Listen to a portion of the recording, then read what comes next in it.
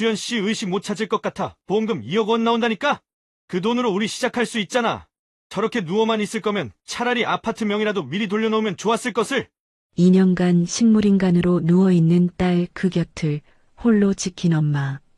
하지만 남편과 시댁은 그녀를 산송장 취급하며 버렸습니다. 그러던 어느 날 딸이 기적처럼 깨어납니다.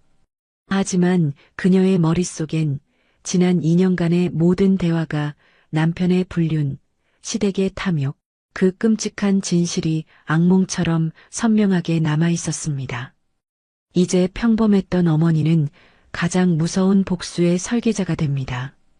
딸은 다시 의식 없는 척 연기하고 어머니는 차가운 칼날을 갈기 시작합니다. 병실의 침대는 이제 진실을 기록하는 가장 완벽한 무대가 됩니다. 과연 모든 것을 듣고 있던 그녀의 침묵이 깨지는 순간 누가 심판받게 될까요? 상상을 초월하는 이 모녀의 처절한 응징은 어디까지 향하게 될까요? 오늘의 이야기 시작합니다. 그 전에 잠깐 구독과 좋아요 눌러주시면 큰 힘이 됩니다. 2년이라는 시간은 은정에게 멈춰버린 계절과도 같았습니다. 병실의 네모난 창밖으로 봄꽃이 피고 짙은 녹음이 우거졌다가 다시 앙상한 가지만 남는 풍경이 2번이나 바뀌었지만 딸 수연의 시간은 끔찍했던 교통사고 그날에 멈춰 있었습니다. 은퇴한 교사였던 은정의 삶은 온전히 딸의 간병에 맞춰져 돌아갔습니다.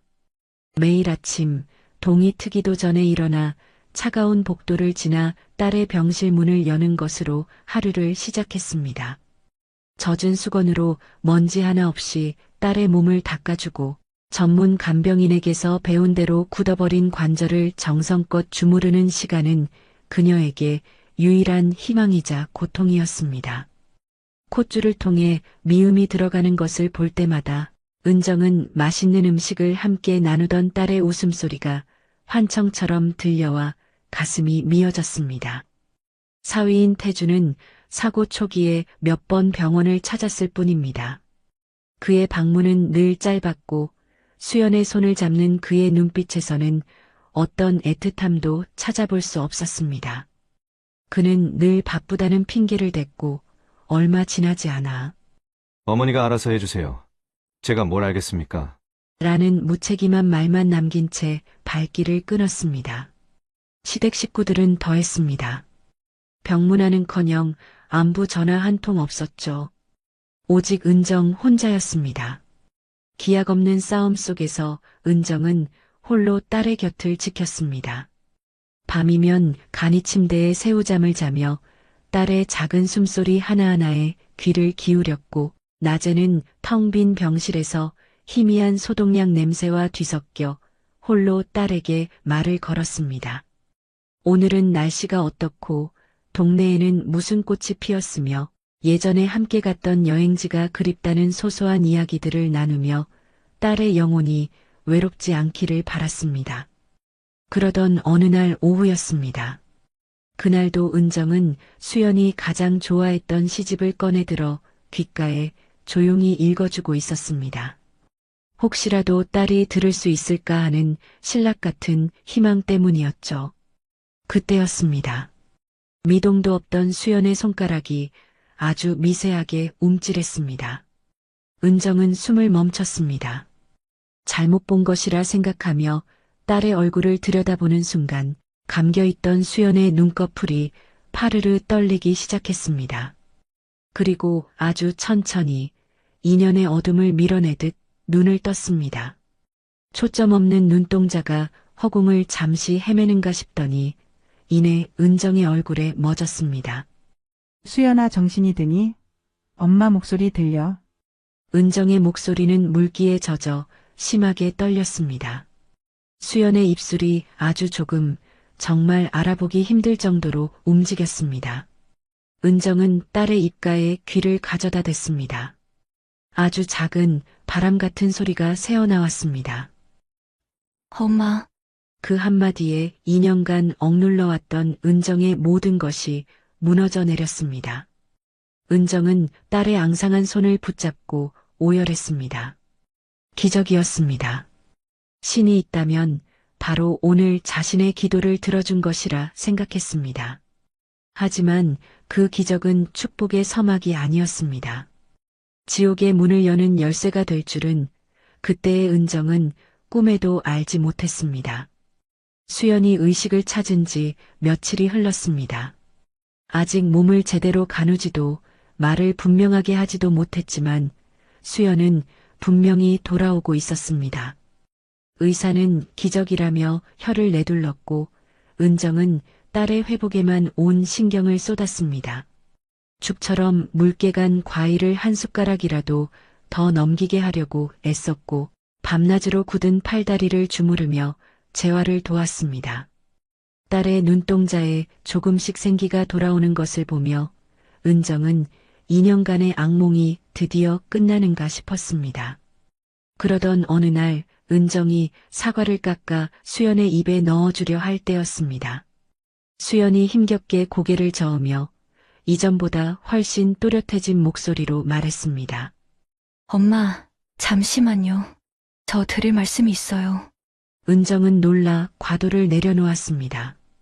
딸이 이렇게 분명한 문장을 말한 것은 깨어난 이후 처음이었습니다. 딸의 눈빛은 무언가 단단한 결심으로 가득 차 보였습니다. 그 눈빛은 병약한 환자의 것이 아니었습니다. 깊은 심연을 들여다보고 온 사람의 서늘하고도 강인한 빛을 띠고 있었습니다. 그래, 수연아. 무슨 할 말이라도 있어. 천천히 해. 수연은 잠시 숨을 고르더니 충격적인 이야기를 꺼내기 시작했습니다. 저 2년 동안 다 들었어요. 몸은 움직일 수 없었는데 소리는 전부 들렸어요. 누가 와서 무슨 말을 했는지 전부 다 기억나요. 마치 긴 꿈을 꾸는 것 같았어요. 악몽이었죠. 은정의 심장이 쿵 내려앉았습니다. 수연의 눈빛은 흔들림 없이 단호했습니다. 엄마, 제가 2년 동안 들었던 이야기들 지금부터 하나씩 다 말씀드릴게요. 수연의 입에서 흘러나온 이야기들은 그야말로 지옥이었습니다. 남편 태주는 병문안을 와서는 간병인에게 언제 깨어날지도 모르는데 돈만 계속 들어가네.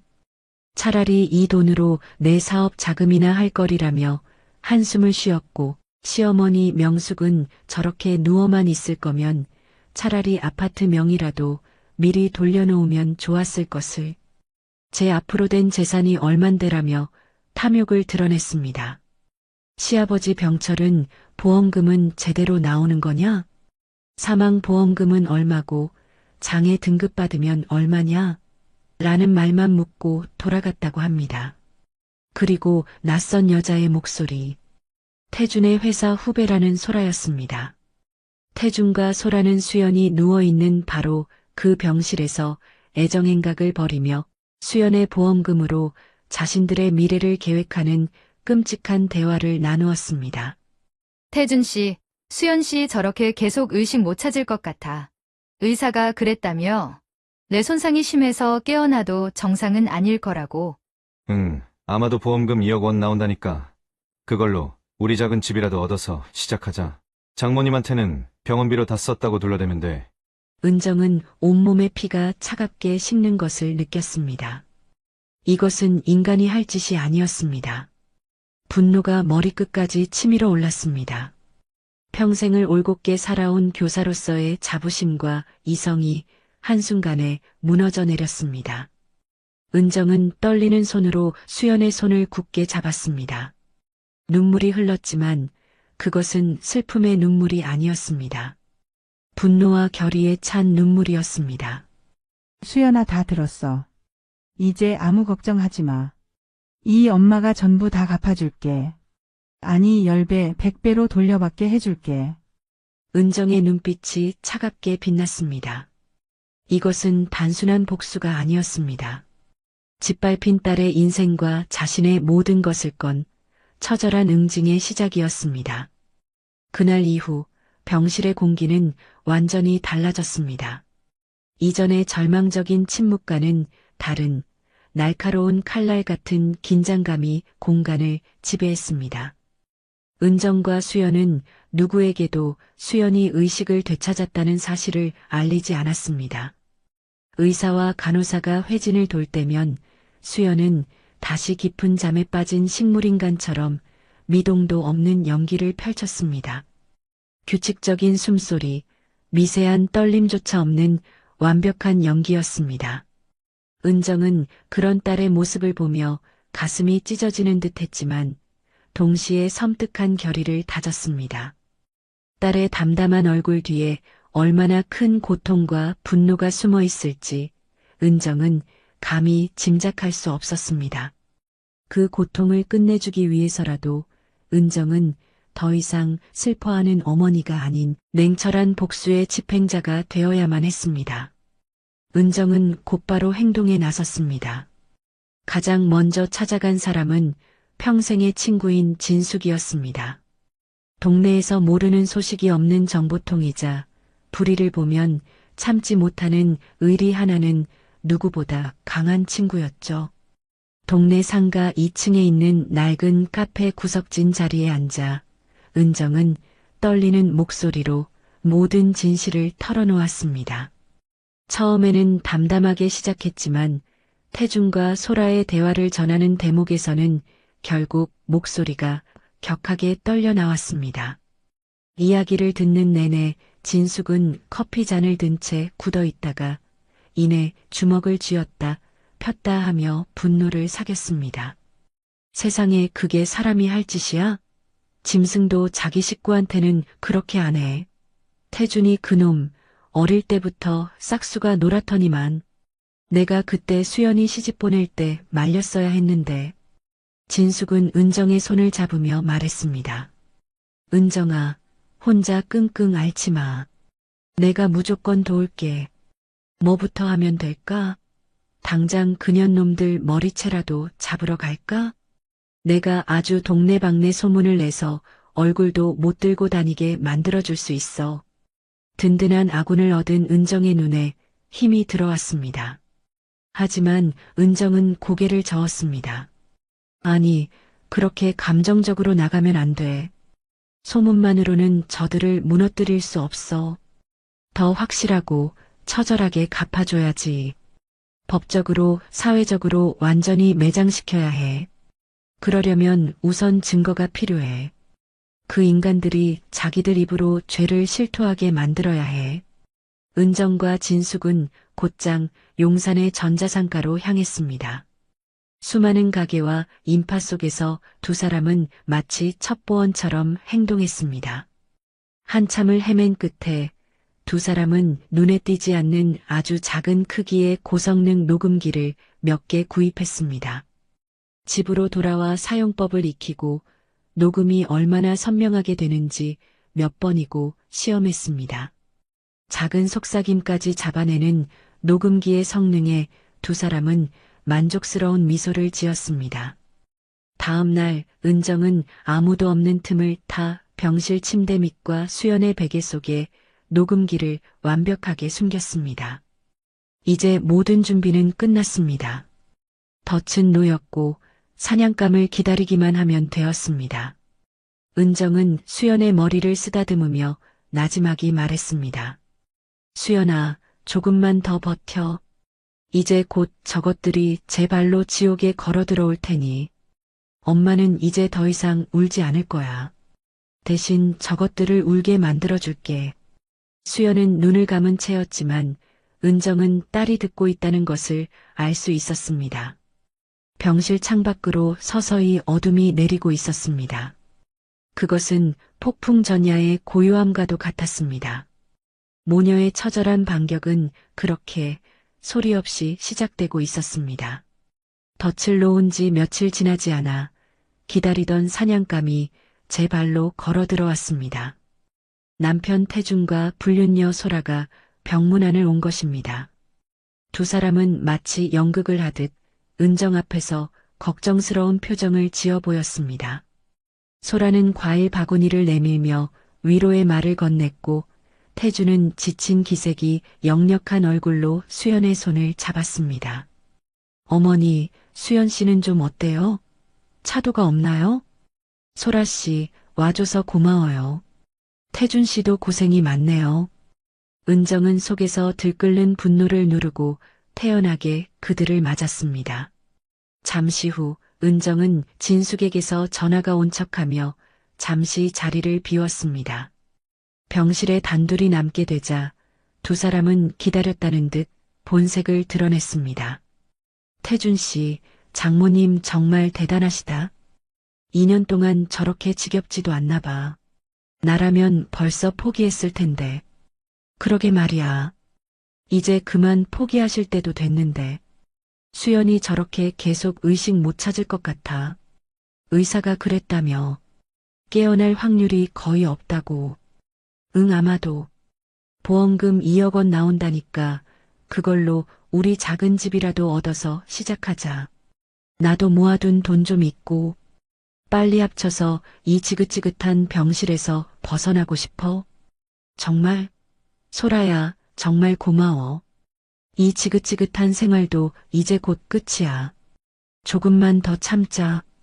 장모님한테는 병원비랑 간병비로 돈이 모자란다고 좀 더 달라고 해봐야겠어. 두 사람의 대화는 병실에 숨겨진 녹음기에 고스란히 담기고 있었습니다. 심지어 두 사람은 수연이 누워있는 침대 옆에서 서로를 껴안으며 애정행각까지 벌였습니다. 병실 밖 복도에서 스마트폰으로 모든 것을 실시간으로 듣고 있던 은정은 입술을 깨물다 못해 피가 날 지경이었습니다. 당장이라도 문을 박차고 들어가 두 인간의 머리채를 잡고 싶었지만 은정은 꾹 참았습니다. 더 큰 그림을 위해서 이 분노는 아껴두어야 했습니다. 태준과 소라가 돌아간 후 은정은 병실로 돌아와 녹음기를 수거했습니다. 떨리는 손으로 녹음된 파일을 컴퓨터에 저장하며 은정은 차갑게 중얼거렸습니다. 너무 뻔뻔해서 오히려 다행이구나. 너희들의 그 오만함이 너희의 무덤을 파게 될 테니. 첫 번째 증거는 확보되었습니다. 하지만 이것은 시작에 불과했습니다. 은정은 이 녹음 파일이 단순한 불륜의 증거가 아니라 모든 것을 무너뜨릴 거대한 폭탄의 뇌관이 될 것이라는 것을 알고 있었습니다. 이제 다음 단계로 넘어갈 시간이었습니다. 첫 번째 증거를 확보한 은정과 수연의 반격은 이제부터가 진짜 시작이었습니다. 수연은 의식이 없는 동안 들었던 시아버지 병철에 대한 기억들을 하나씩 꺼내놓기 시작했습니다. 병철은 태준에게 전화를 걸어 자신의 불법적인 사업에 대해 무용담처럼 떠벌리곤 했습니다. 그는 수연이 아무것도 듣지 못할 것이라 확신하고 아들 앞에서 자신의 능력을 과시하듯 모든 비밀을 털어놓았습니다. 탈세 방법, 불법 건축 허가를 받기 위해 공무원에게 뇌물을 건넨 이야기, 하청업체, 대금을 후려치는 수업까지 수연은 그 모든 것을 기억하고 있었습니다. 은정은 수연의 기억을 바탕으로 병철의 불법, 건설업체에 대한 비리 내역을 밤을 새워가며 꼼꼼하게 정리했습니다. 날짜, 금액, 관련된 인물들의 이름까지 마치 수사관처럼 집요하게 파고들었죠. 평생을 교직에 몸담으며 정직하게 살아온 은정이었지만 딸을 위해서라면 악마가 되는 것도 두렵지 않았습니다. 그리고 친구 진숙에게 도움을 청했습니다. 진숙의 남편은 그 지역의 이장이었고 지역사회에서 발이 넓은 사람이었습니다. 여보, 이건 그냥 넘길 일이 아니에요. 내 친구 인생이 걸린 문제라고요. 저런 악질적인 인간은 뿌리 뽑아야 해요. 진숙의 간곡한 부탁에 남편인 이장은 묵묵히 고개를 끄덕였습니다. 그는 자신의 인맥을 총동원해 은정이 정리한 자료가 단순한 민원으로 묻히지 않고 국세청, 검찰, 그리고 지자체 감사팀의 책임자에게 직접 전달될 수 있는 확실한 경로를 확보해 주었습니다. 정의의 칼날은 그렇게 보이지 않는 곳에서부터 서서히 조여오기 시작했습니다. 동시에 사회적인 응징도 시작되었습니다. 진숙은 동네 부녀회와 미용실 등을 오가며 소라의 불륜 사실을 교묘하게 퍼뜨렸습니다. 태준 씨네 회사에 남편이랑 바람난 여직원이 있다더라는 식의 소문은 걷잡을 수 없이 번져나갔고 얼마 지나지 않아 소라의 신상 정보까지 공공연하게 나돌기 시작했습니다. 회사 내부에서도 소라를 향한 시선이 차가워졌습니다. 익명의 게시판에는 그녀의 행실을 비난하는 글들이 올라오기 시작했습니다. 은정은 병실에서 이 모든 상황을 수연에게 전해주었습니다. 수연아, 이제 곧 폭풍이 몰아칠 거야. 저들은 자신들이 무엇을 잘못했는지, 그 대가가 얼마나 끔찍한지 뼈저리게 느끼게 될 거다. 이제 시작일 뿐이야. 수연은 말없이 눈을 감고 있었지만 살짝 올라간 입꼬리는 그녀의 마음을 대변해주고 있었습니다. 2년간의 침묵 속에서 벼려온 복수의 칼날이 드디어 그 서슬 퍼런 빛을 드러내기 시작한 것입니다. 폭풍은 예상보다 더 빠르고 거세게 몰아쳤습니다. 어느 날 아침 시아버지 병철의 건설사무소에 국세청 조사관들이 들이닥쳤습니다. 대대적인 세무조사가 시작되었고 곧이어 검찰의 압수수색까지 이어졌습니다. 병철은 탈세와 뇌물공여 혐의로 그 자리에서 긴급 체포되었습니다. 평생을 법 위에 군림하듯 살아온 그는 수갑을 찬 채 카메라 플래시 세례를 받으며 초라하게 끌려갔습니다. 회사는 압류되었고 평생을 부와 허영에 취해 살던 시어머니 명숙은 모든 것을 잃고 패닉 상태에 빠졌습니다. 태준에게도 위기가 닥쳤습니다. 아버지의 비리에 연루되었다는 의심을 받기 시작했고 회사에서는 징계위원회가 열렸습니다. 소라와의 불륜 소문까지 겹치면서 태준의 입지는 완전히 무너져 내렸습니다. 믿었던 동료들은 그를 외면했고 그는 하루아침에 회사에서 고립되었습니다. 궁지에 몰린 태준은 은정을 찾아와 무릎을 꿇었습니다. 어머니, 제가 잘못했습니다. 제발 수연이와 이혼만은 안 됩니다. 제가 다 책임지겠습니다. 아버님 일은 저와 상관없습니다. 하지만 그의 눈물에는 진심이 없었습니다. 오직 자신의 안위만을 걱정하는 이기심뿐이었죠. 은정은 차가운 눈으로 태준을 내려다보며 준비해둔 서류들을 테이블 위에 펼쳐놓았습니다. 이혼을 거부한다고? 좋아. 그럼 이걸 보렴. 첫 번째는 태준과 소라의 불륜 대화가 담긴 녹취록이었습니다. 다음은 그동안 태준이 은정에게 퍼부었던 폭언들을 녹음한 파일 목록이었죠. 그리고 마지막은 시아버지 병철의 비리에 태준이 연루되어 있다는 증거 자료들이었습니다. 이 모든 걸 가지고 법정으로 갈까? 내 아버지 재판에 증인으로 서서 내가 했던 말들을 전부 증언해 줄까? 내 회사와 언론에 이 모든 걸 제보하면 넌 어떻게 될 것 같니? 내 인생은 여기서 끝이야. 태준의 얼굴이 새하얗게 질렸습니다. 은정의 손에 들린 것은 단순한 서류가 아니었습니다. 자신의 인생을 송두리째 파멸시킬 수 있는 핵폭탄이었습니다. 그는 비로소 자신이 건드려서는 안 될 사람을 건드렸다는 사실을 깨달았습니다. 선택해라.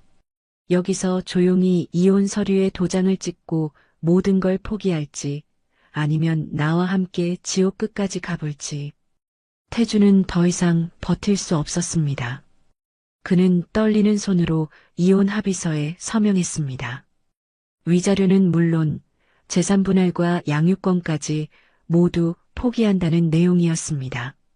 무너진 가면 아래로 한 남자의 비참하고 추악한 민낯이 고스란히 드러나고 있었습니다. 정의의 심판은 가혹했지만 정확했습니다. 시아버지 병철은 결국 징역 2년을 선고받고 수감되었습니다. 평생을 남의 눈물 위에서 불을 쌓아온 그의 말로는 차가운 감옥이었습니다. 재판정에서 그는 끝까지 억울함을 호소했지만 은정이 제출한 증거 앞에서 그의 모든 변명은 무력했습니다. 시어머니 명숙은 모든 재산을 잃고 친정집에 얹혀 살다 결국 쫓겨나 허름한 고시원 방을 전전하는 신세가 되었습니다. 화려했던 과거는 한낱 꿈처럼 사라지고 남은 것은 지독한 현실뿐이었습니다. 남편이었던 태주는 회사에서 해고당했습니다. 아버지의 비리에 연루된 데다 불륜 문제까지 터지면서 그는 업계에서 완전히 매장당했습니다. 고향으로 내려가 잠시 칩거하던 그는 얼마 못 가 다시 서울로 올라왔지만 재기는 불가능했습니다. 결국 그는 어두컴컴한 원룸에 틀어박혀 세상과 단절된 삶을 살게 되었습니다. 불륜녀 소라의 결말도 비참했습니다. 회사에서 해고된 것은 물론 불륜 사실이 동네와 업계에 모두 퍼져 이직조차 불가능해졌습니다. 그녀는 사람들의 손가락질을 견디지 못하고 결국 자취를 감췄습니다. 그들이 폐허 속에서 허우적거리는 동안 수연은 새로운 삶을 향해 힘차게 나아가고 있었습니다. 혹독한 재활 치료를 묵묵히 견뎌냈고 2년의 공백을 메우기 위해 밤낮으로 공부했습니다. 처음에는 걷는 것조차 힘들어 수없이 넘어졌지만 그녀는 결코 포기하지 않았습니다. 그리고 마침내 예전 직장보다 훨씬 더 좋은 조건의 회사에 당당히 입사했습니다. 수연의 얼굴에서는 과거의 그늘을 찾아볼 수 없었습니다. 고통을 이겨낸 사람만이 가질 수 있는 단단하고 온화한 미소가 그녀의 얼굴에 자리 잡고 있었습니다. 은정은 묵묵히 딸의 재기를 도왔습니다. 매일 아침 영양 가득한 식사를 차려주고 지친 몸으로 퇴근하는 딸을 따뜻하게 맞아주었죠. 두 사람은 서로에게 가장 든든한 버팀목이었습니다. 길고 어두웠던 터널은 끝났습니다. 이제 모녀의 앞에는 따스한 햇살이 내리쬐는 새로운 길이 펼쳐져 있었습니다. 1년 후 은정과 수연은 한적한 동네의 작은 아파트로 이사했습니다. 화려하지는 않지만 창문 가득 햇살이 들어오는 따뜻하고 아늑한 공간이었습니다. 두 사람은 함께 화초를 가꾸고 주말이면 나란히 앉아 책을 읽으며 소박하지만 평온한 일상을 되찾았습니다.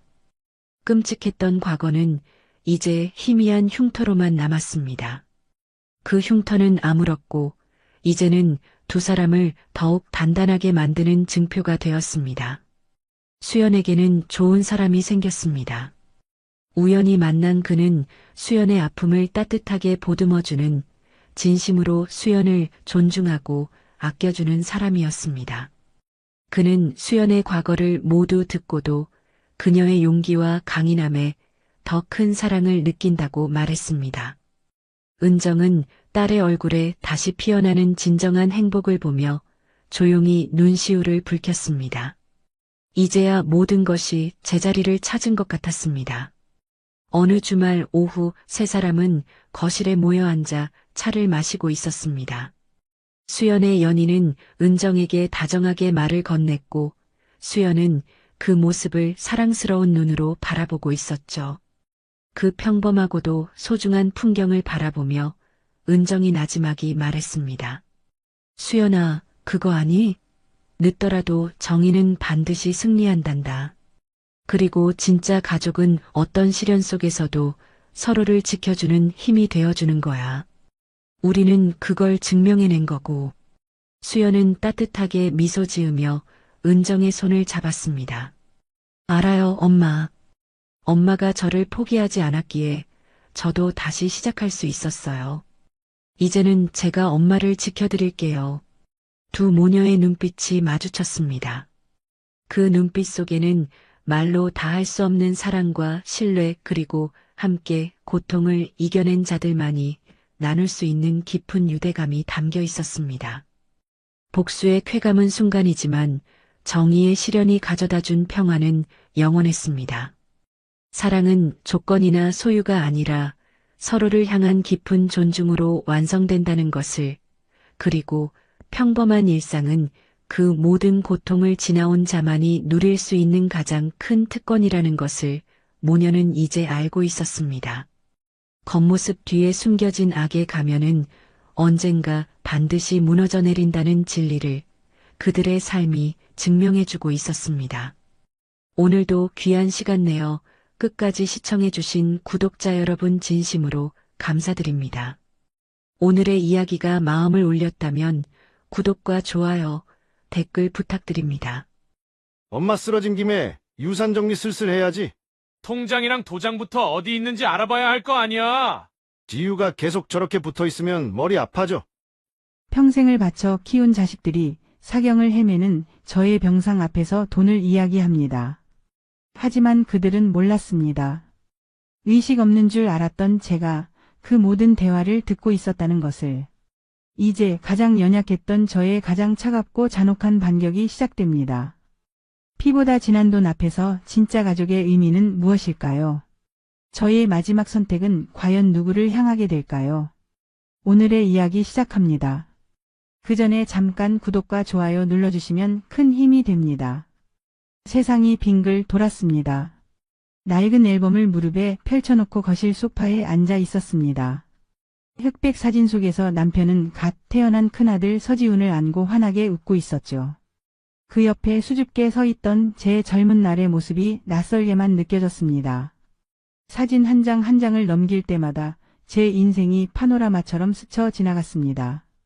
남편을 일찍 여의고 시장 좌판에 앉아 악착같이 돈을 벌던 시절, 서지훈과 서지서. 두 아들의 교복을 빨아넣을 때마다 달아가는 옷깃을 보며 가슴 아파했던 밤들, 그리고 늦둥이로 태어나 제게 다시 없는 기쁨을 안겨준 막내딸 서지유의 작은 손. 그 모든 순간이 제게는 살아가는 이유이자 버팀목이었습니다.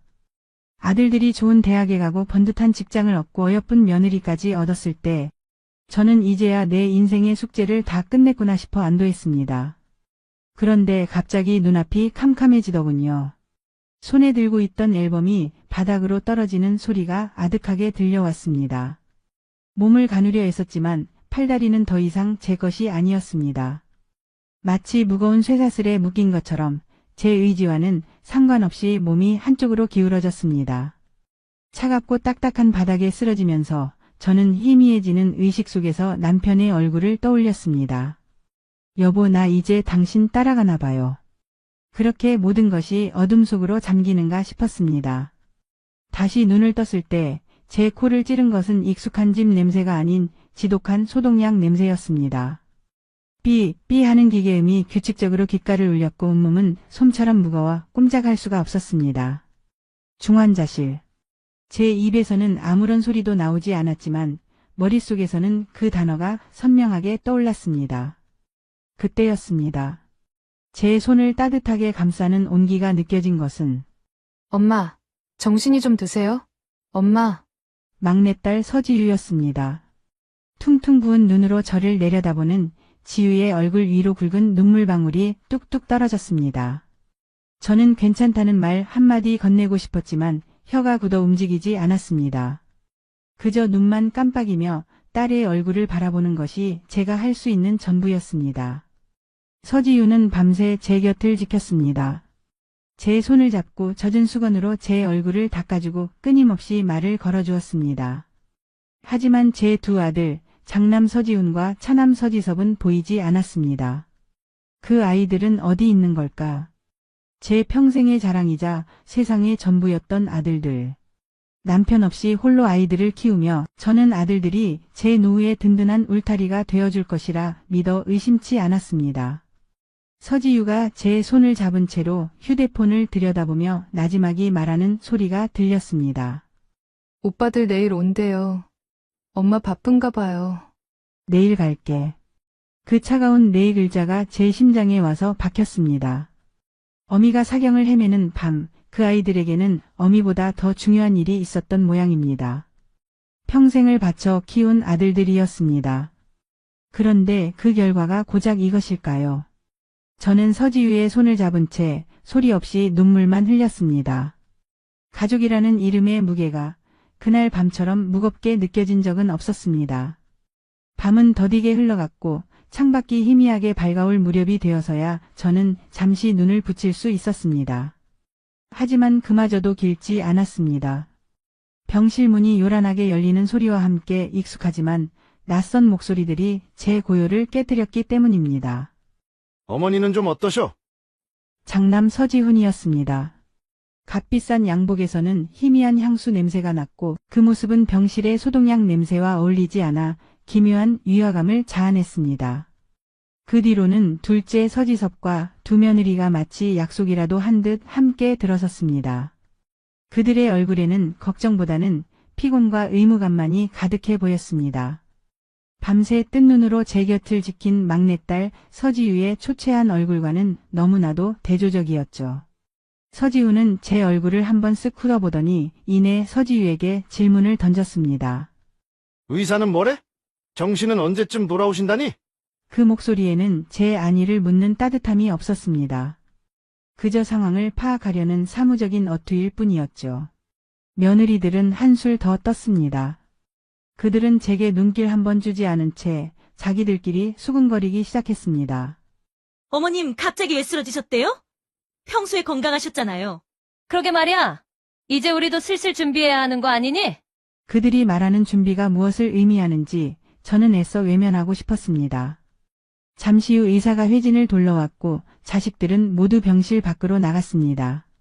저는 여전히 몸을 움직일 수 없었지만 이상하게도 청력만은 그 어느 때보다 예민해져 있었습니다.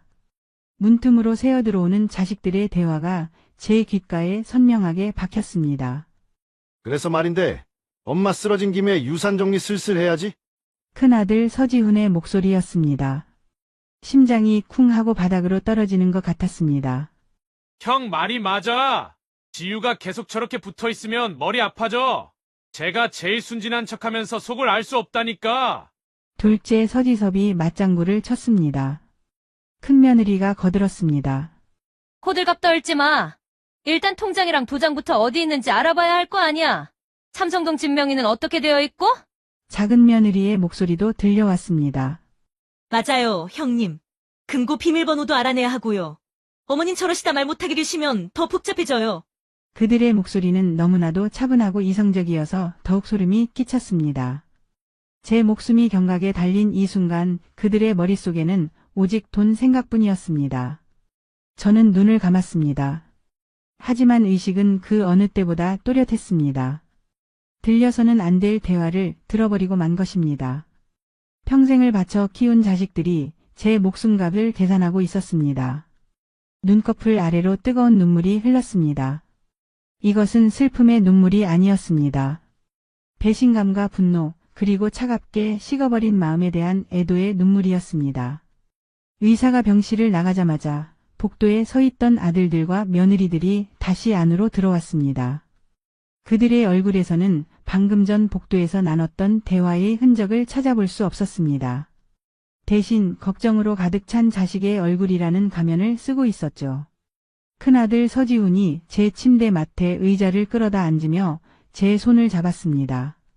하지만 그 손에서는 아무런 온기도 느껴지지 않았습니다. 오히려 차갑고 낯선 감촉에 소름이 돋을 지경이었습니다. 어머니, 의사 선생님 말씀 들으셨죠? 곧 괜찮아지실 거래요. 위로의 말이었지만 그 눈은 제 얼굴이 아닌 허공을 향해 있었습니다. 제 아들의 눈에는 제가 아니라 제 너머에 있는 무언가를 보고 있는 듯한 탐욕이 서려 있었습니다. 둘째 서지섭은 한술 더 떴습니다. 엄마, 놀라셨죠? 저희가 있는데 무슨 걱정이에요? 다 잘 될 겁니다. 그 목소리는 너무나도 가벼워서 마치 외워서 읊는 대사처럼 공허하게 들렸습니다. 저는 아무런 대답도 할 수 없었습니다. 그저 끔벅이는 눈으로 그들의 연극을 지켜볼 뿐이었습니다. 제 평생을 바쳐 키운 아들들이었습니다.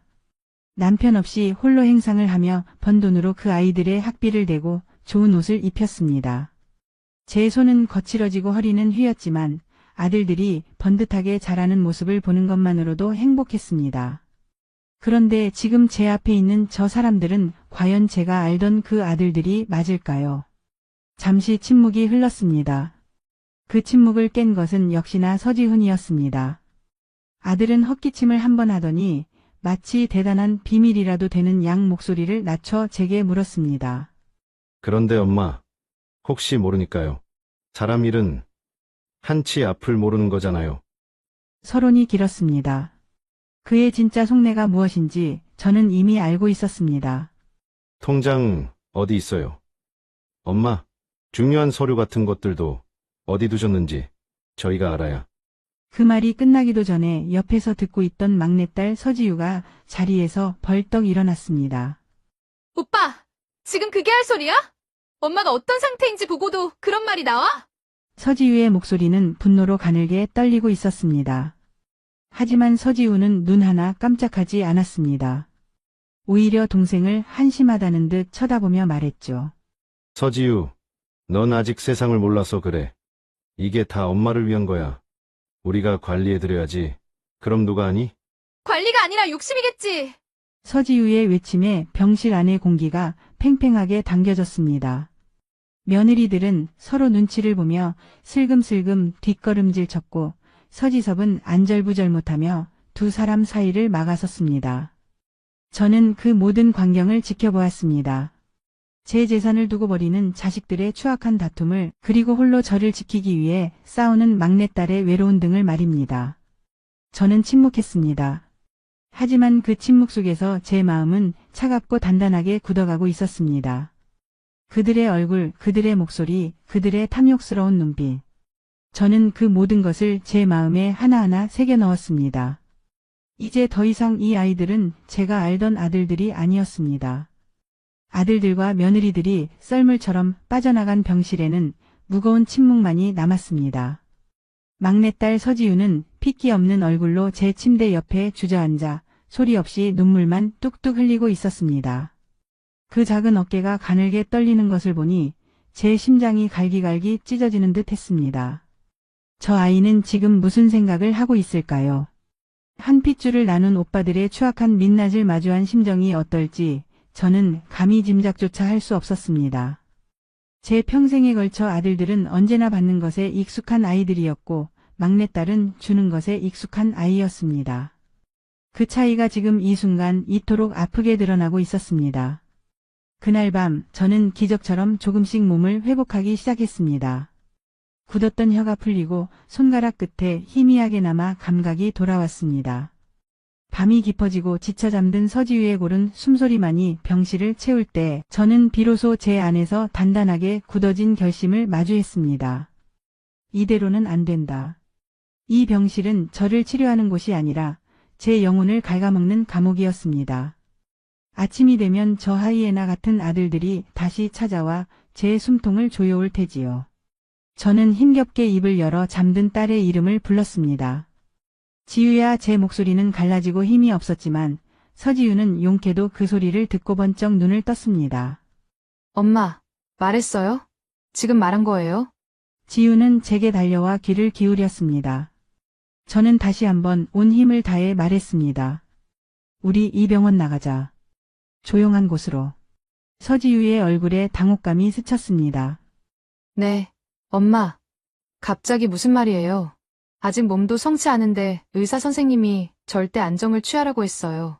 딸의 걱정 어린 목소리를 들으니 마음이 아팠지만 제 결심은 흔들리지 않았습니다. 괜찮다. 엄마 말 들어다오. 여기가 더 병들 것 같구나. 저 아이들은 병이 아니라 나를 죽이러 오는 것이다. 제 눈에 서린 간절함을 읽은 것일까요? 서지유는 한참을 망설이다가 이내 조용히 고개를 끄덕였습니다. 그날 새벽 우리는 마치 도망치듯 병원을 빠져나왔습니다. 서지유가 운전하는 차를 타고 한참을 달려 우리는 가평의 한적한 펜션에 도착했습니다. 맑고 서늘한 새벽 공기를 들이마시니 비로소 숨통이 트이는 것 같았습니다. 펜션의 작은 방에 마주 앉아 저는 서지유의 손을 잡고 제 평생의 비밀을 털어놓았습니다. 지유야. 내 전 재산이 60억이다. 서지유의 눈이 동그래졌습니다. 그 돈 이제 진짜 가족에게 쓰고 싶어. 평생을 살아보니 알겠더구나. 피가 섞였다고 가족이 아니었어. 위기의 순간에 내 손을 잡아주는 사람, 내 눈물을 닦아주는 사람. 너 하나만이 내 진짜 가족이었다. 제 고백에 서지우는 아무 말도 하지 못하고 그저 눈물만 흘렸습니다. 저는 지우의 눈물을 닦아주며 제 인생의 마지막이자 가장 중요한 계획을 시작할 준비를 마쳤습니다. 가평의 펜션에서 며칠을 보내는 동안 제 몸은 놀랍도록 빠르게 기력을 되찾았습니다. 맑은 공기와 서지우의 정성 어린 간호 덕분이었겠지요. 우리는 함께 산책을 하고 소박한 밥상을 마주하며 그동안 나누지 못했던 이야기들을 나누었습니다. 그 시간 속에서 저는 잊고 있던 평온을 되찾았지만 제 마음속에서는 또 다른 폭풍이 조용히 준비되고 있었습니다. 아들들은 제가 사라진 사실을 알았을 테고 분명 가만히 있지 않을 것이었습니다. 아니나 다를까 며칠 뒤 제 오랜 친구에게서 전화 한 통이 걸려왔습니다. 친구의 목소리는 걱정과 분노로 가득 차 있었습니다. 미령아, 이게 무슨 일이니? 아들들이 동네 방네 네가 치매에 걸려서 막내딸한테 속아 넘어갔다고 떠들고 다니더구나. 세상에 지들이 사람이야. 친구의 말에 따르면 서지훈과 서지섭은 제가 정신이 온전치 못하며 서지유가 제 재산을 노리고 저를 감금했다는 헛소문을 퍼뜨리고 있었습니다. 심지어 저를 법적으로 금치산자로 만들어 자신들이 재산을 관리하겠다며 변호사를 알아보고 있다는 것이었습니다. 수화기를 내려놓은 제 손은 떨리지 않았습니다. 오히려 마지막 남았던 일말의 미련마저 깨끗하게 사라지는 기분이었습니다. 그 아이들은 이제 저를 어머니로 보지 않았습니다. 그저 돈을 지키기 위해 치워버려야 할 장애물로 여길 뿐이었죠. 저는 서지유 몰래 제 변호사에게 전화를 걸었습니다. 제 목소리는 그 어느 때보다 차분하고 단호했습니다. 변호사님, 접니다. 강미령입니다. 제 정신은 그 어느 때보다 또렷하니 제 말 잘 들으십시오. 전에 말씀드렸던 복지재단 설립건 지금 바로 진행해 주십시오. 수화기 너머의 변호사는 잠시 망설이는 듯했지만 제 확고한 의지를 느끼고는 이내 알겠다고 대답했습니다. 재단 이름은 강미령 복지재단으로 하고 제 전 재산 60억을 모두 기부하겠습니다. 그리고 그 재단의 운영은 제 딸 서지유에게 맡기겠습니다. 모든 법적 절차를 완벽하게 준비해서 그 어떤 이의도 제기할 수 없도록 만들어 주십시오. 모든 준비는 끝났습니다. 이제 남은 것은 저들의 탐욕스러운 창끝이 저를 향해 날아오기를 기다리는 것뿐이었습니다. 그날 저녁 저는 창밖으로 지는 노을을 바라보며 서지유의 손을 잡았습니다. 지유야, 무섭지 않으냐? 제 질문에 딸은 그저 희미하게 웃으며 제 손을 마주 잡을 뿐이었습니다. 지유의 눈 속에서 저는 두려움이 아닌 저와 같은 단단한 결심을 보았습니다. 우리는 피를 나눈 가족에게 버림받았지만 이제 서로에게 유일한 진짜 가족이 되어 세상과 맞서야 했습니다. 가평에서의 시간은 폭풍전야의 고요함과 같았습니다. 모든 법적 절차가 마무리되었다는 변호사의 연락을 받고 저는 마침내 집으로 돌아갈 결심을 했습니다. 그곳은 제 평생의 추억이 깃든 보금자리였지만 이제는 마지막 전쟁을 치러야 할 싸움터이기도 했습니다. 집으로 돌아오는 차 안에서 서지유는 아무 말 없이 제 손을 꼭 잡아주었습니다. 그 작은 손에서 전해져 오는 온기가 제게는 천군만 마와도 같았습니다. 현관문을 열자 며칠 비운 집 안에서는 싸늘한 공기가 흘러나왔습니다. 제가 없는 동안 그 누구도 이 집을 돌보지 않은 것이 분명했습니다. 거실 소파에 몸을 기대 앉은 지 얼마 지나지 않아 기다렸다는 듯 아들들과 며느리들이 들이닥쳤습니다. 그들의 얼굴에는 놀라움과 당혹감 그리고 숨길 수 없는 탐욕이 뒤섞여 있었습니다. 큰아들 서지훈이 다짜고짜 제게 소리쳤습니다. 어머니, 지금 제정신이세요? 서지유 말만 듣고 집을 나가다니요? 저희가 얼마나 걱정했는지 아세요? 둘째 서지섭도 거들었습니다. 엄마, 지유가 뭐라고 했어요? 얘가 엄마 재산 뺏으려고 무슨 짓을 했는지 몰라요. 그들은 마치 제가 아무것도 모르는 바보인 것처럼 서지유를 파렴치 안으로 몰아가고 있었습니다. 저는 아무런 대꾸도 하지 않았습니다. 그저 조용히 탁자 위에 놓여있던 서지유의 휴대폰을 집어들었습니다. 제 행동에 모두의 시선이 집중되었습니다. 저는 화면을 몇 번 누른 뒤 재생 버튼을 눌렀습니다. 스피커를 통해 익숙한 목소리들이 흘러나오기 시작했습니다. 그래서 말인데 엄마 쓰러진 김에 유산 정리 슬슬 해야지. 형 말이 맞아. 지우가 계속 저렇게 붙어 있으면 머리 아파져. 호들갑 떨지 마. 일단 통장이랑 도장부터 어디 있는지 알아봐야 할 거 아니야. 병원 복도에서 그들이 나눴던 추악한 대화가 거실을 가득 메웠습니다. 아들들과 며느리들의 얼굴이 하얗게 질려갔습니다. 핏기가 사라진 그들의 얼굴 위로 당황과 공포가 번져나갔습니다. 녹음이 끝나고 거실에는 숨막히는 정적만이 흘렀습니다. 저는 자리에서 일어나 제 앞에 선 두 아들과 며느리들을 차례로 둘러보았습니다. 그리고 제 평생의 힘을 다해 가장 단호하고 차가운 목소리로 선언했습니다. 내 자식은 이제 지우 하나야. 너희들은 이 집에서 그리고 내 인생에서 당장 나가거라. 아들들은 제 단호한 선언에 한동안 그 자리에 못 박힌 듯 서 있었습니다. 그들의 얼굴에는 분노와 당혹감 그리고 마지막 발악과도 같은 억울함이 뒤섞여 있었죠. 큰아들 서지훈이 제게 악을 쓰듯 소리쳤습니다. 어머니, 정말 이렇게까지 하실 거예요? 저희가 불효자식이라도 어머니 자식이잖아요. 저 녹음 파일 하나로 평생을 바친 저희를 내치시겠다는 겁니까? 하지만 그 외침은 더 이상 제 마음에 어떤 파문도 일으키지 못했습니다. 저는 그저 싸늘한 눈으로 현관문을 가리켰습니다. 둘째 서지섭은 이제 모든 것을 서지유의 탓으로 돌리기 시작했습니다. 엄마, 속지 마세요. 저게 다 서지우가 꾸민 짓이라고요. 엄마 옆에서 살랑거리면서 재산 가로채려고 저런 짓까지 하는 겁니다. 그들의 추악한 변명과 발악이 이어졌지만 저는 미동도 하지 않았습니다. 결국 그들은 아무것도 얻지 못한 채 서로를 탓하며 저주에 가까운 말을 퍼붓고는 제 집에서 쫓겨나듯 사라졌습니다. 현관문이 닫히고 집 안에는 다시 무거운 침묵이 내려앉았습니다. 평생을 지지고 볶으며 살아온 자식들을 제 손으로 내친 것입니다. 후련할 줄 알았는데 마음 한구석이 시큰하게 아려왔습니다. 제 인생의 절반 이상을 차지했던 존재들이 이제는 제 삶에서 완전히 도려내진 것입니다. 그때 막내딸 서지유가 조용히 제게 다가와 제 등을 쓸어주었습니다. 엄마, 괜찮으세요? 그 따뜻한 손길에 저는 애써 눌러왔던 눈물을 터뜨리고 말았습니다. 한참을 딸의 어깨에 기대 울고 난 뒤 저는 비로소 마음을 다잡고 서지유에게 제 마지막 계획을 털어놓았습니다. 며칠 뒤 우리는 서울 외곽의 한적한 곳에 서 있었습니다. 제 앞에는 강미령 어르신 돌봄센터라는 간판을 단 아담하고 정갈한 건물이 햇살을 받으며 서 있었습니다.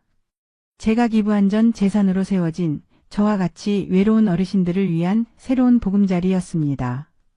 개소식에는 많은 분들이 찾아와 주셨습니다. 저는 마이크 앞에 서서 제 삶을 관통하는 마지막 진심을 이야기했습니다. 저는 평생 피를 나눈 자식들이 제 전부인 줄 알고 살았습니다. 하지만 진짜 가족은 피가 아니라 마음으로 이어지는 것이었습니다. 제 마지막을 지켜준 것은 제 딸의 따뜻한 마음이었습니다. 이제 저는 제 남은 인생을 저처럼 혼자인 어르신들과 마음을 나누며 진짜 가족이 되어 살아가고 싶습니다. 제 말에 많은 분들이 눈시울을 붉히며 박수를 보내주셨습니다. 그 박수 소리를 들으며 저는 제 옆에 서 있는 서지유의 손을 꼭 잡았습니다. 제 딸은 이제 이 돌봄센터의 운영자가 되어 저보다 더 큰 사랑으로 이곳을 채워나갈 것입니다. 돈이 아닌 마음을 유산으로 남기는 것, 그것이 제가 자식들에게 보여주고 싶었던 진짜 사랑의 방식이었습니다. 강미령 어르신 돌봄센터의 저녁은 언제나 따뜻한 온기로 가득했습니다. 넓은 식당에 둘러앉은 어르신들의 웃음소리가 정겹게 울려 퍼졌고 구수한 된장찌개 냄새와 고소한 생선 굽는 냄새가 허기진 마음까지 든든하게 채워주었죠. 저는 주방 한쪽에서 그 모습을 가만히 지켜보았습니다. 저마다 다른 인생을 살아온 얼굴들. 외로움과 상처로 깊게 팬주름 사이사이에 이제는 편안한 미소가 자리 잡고 있었습니다. 한쪽에서는 거동이 불편한 친구의 밥 위에 반찬을 올려주는 할머니가 있었고 다른 쪽에서는 젊은 시절 이야기를 구성지게 늘어놓으며 좌중을 웃기는 할아버지가 있었습니다. 그 모습은 영락없는 한 가족이었습니다. 문득 아들들과 함께했던 과거의 저녁 식탁이 떠올랐습니다. 값비싼 음식들로 가득했지만 그곳에는 언제나 보이지 않는 벽과 계산적인 대화만이 오갔습니다. 지금 제 눈앞에 펼쳐진 이 소박하지만 따뜻한 풍경과는 너무나도 다른 모습이었죠. 아들들은 지금쯤 무엇을 하고 있을까? 아마 여전히 돈을 좇으며 서로를 탓하며 살아가고 있겠지요. 그 아이들이 잃어버린 것이 단순히 60억이라는 돈이 아니라 바로 지금 제가 보고 있는 이 따뜻한 온기라는 사실을 평생 깨닫지 못할지도 모릅니다. 제 옆으로 막내딸 서지유가 다가와 조용히 섰습니다. 센터의 운영자가 된 후 서지유는 하루가 다르게 훌쩍 성장해 있었습니다. 어르신들의 이름을 하나하나 외우고 그분들의 아픈 곳을 먼저 살피는 지유의 모습에서 저는 제 젊은 날의 억척스러움이 아닌 사람을 향한 깊고 따뜻한 사랑을 보았습니다. 엄마, 식사하셔야죠. 서지유가 제 손에 숟가락을 쥐어주었습니다. 저는 고개를 저으며 식당을 가득 채운 온기를 눈에 담았습니다. 평생을 찾아 헤맸던 풍경이 바로 저곳에 있었습니다. 피를 나누지 않았지만 서로의 아픔을 보듬고 기쁨을 나누는 사람들. 돈으로 살 수도 억지로 만들 수도 없는 진짜 인연들이었습니다. 저는 서지유의 손을 마주 잡고 나지막이 말했습니다. 이게 진짜 가족이야, 지유야. 제 말에 서지유는 아무 대답 없이 그저 제 손을 더 꽉 잡아주었습니다. 지유의 눈시울이 붉어져 있는 것을 보았지만 저는 굳이 아는 척하지 않았습니다. 창밖으로는 따뜻한 저녁 노을이 지고 있었습니다. 제 인생을 뒤덮었던 길고 어두운 밤이 지나고 마침내 평온한 저녁이 찾아온 것입니다. 제게 남은 시간은 그리 길지 않을지도 모릅니다. 하지만 저는 더 이상 두렵거나 외롭지 않습니다. 돈이 아닌 마음을 나누는 법을 배웠고 피보다 깊은 사랑으로 이어진 새로운 가족을 얻었으니까요. 손을 맞잡은 딸의 온기 속에서 제 진짜 삶은 이제 막 시작되고 있었습니다. 오늘도 귀한 시간 내어 끝까지 시청해주신 구독자 여러분 진심으로 감사드립니다. 오늘의 이야기가 마음을 울렸다면 구독과 좋아요 댓글 부탁드립니다.